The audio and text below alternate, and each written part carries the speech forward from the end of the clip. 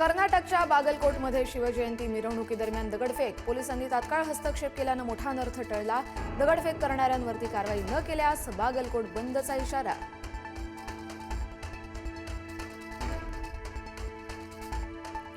कोल्हापुरात शिवजयंतीमध्ये तरुणांची हुल्लडबाजी, दुचाकींचं सायलेन्सर काढून कर्कशच्या आवाजात हैदोस, दुचाकी पेटवून थेट पंचगंगा नदीत फेकली। हुल्लडबाजीतून एका तरुणावर देखील हल्ला।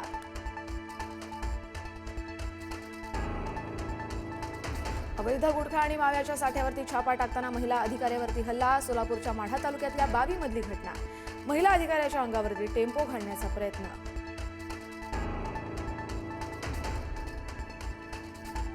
इंदापूरच्या बिगवणमधील प्रकरणाला नवा ट्विस्ट, संबंधित तरुणासोबत स्वमर्जीनं गेली। आज प्रियकरासोबत बारामती पोलीस ठाण्यात दाखल होत नोंदवला जबाब। आई आणि भावानं खोटी तक्रार दाखल केल्याचंही प्रतिज्ञापत्र सादर।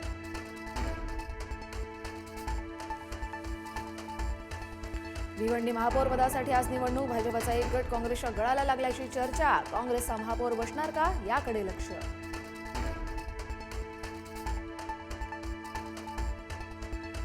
अजित पवार यांच्या विमान अपघाताचा प्राथमिक अहवाल 6 दिवसात सादर होणार। विमान वाहतूक मंत्रालयाची माहिती, दोन्ही फ्लाईट रेकॉर्डरमधील माहिती यशस्वीपणे रेकॉर्ड।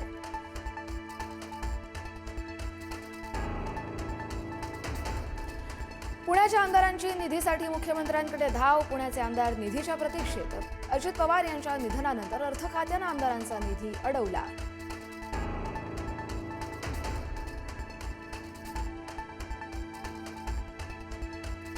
धुळे जिल्ह्यातील पिंपळनेरमध्ये लग्न मंडपात रक्तरंजित संघर्ष, जुन्या वादातून धारदार हत्यारानं भोसकून 3 जणांची हत्या। गुजरातला पळून जाताना आरोपींना अटक।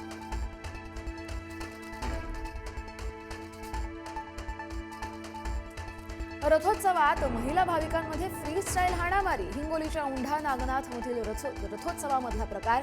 पोलीस बंदोबस्त असतानाही महिलांमध्ये हाणामारी, मारहाणीचं कारण अस्पष्ट।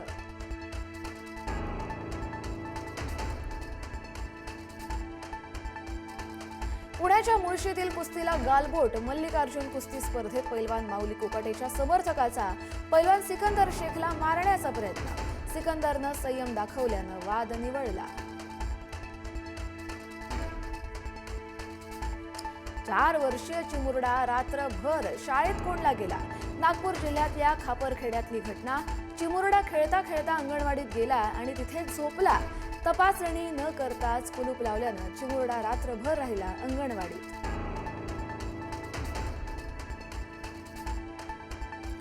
नाशिकच्या नैताळे गायरान जमीन घोटाळ्याबाबत आज सुनावणी। 90 एकरपैकी 30 एकर गायरान जमीन हडपल्याचा प्रकार। पुढारी न्यूजनं घोटाळा आणला होता उघडकीस, तर कायदेशीर कारवाईचा मार्ग आज ठरणार। आजपासून सुरू होतीये 10वीची परीक्षा। मुंबई विभागातून 3,49,000 परीक्षार्थी, परीक्षा केंद्रांवरती कडक नजर।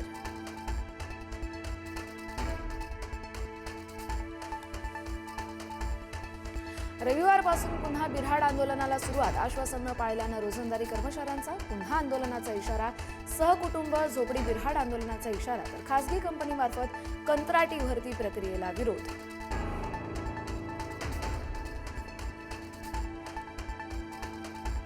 सरकारच्या मोफत योजनांवरती सुप्रीम कोर्टाचे कडक शब्दात ताशेरे। सरकारवरती कर्जाचा बोजा वाढत असताना मोफत गोष्टी वाटण्याऐवजी रोजगार निर्मितीवरती भर देण्याचा सल्ला।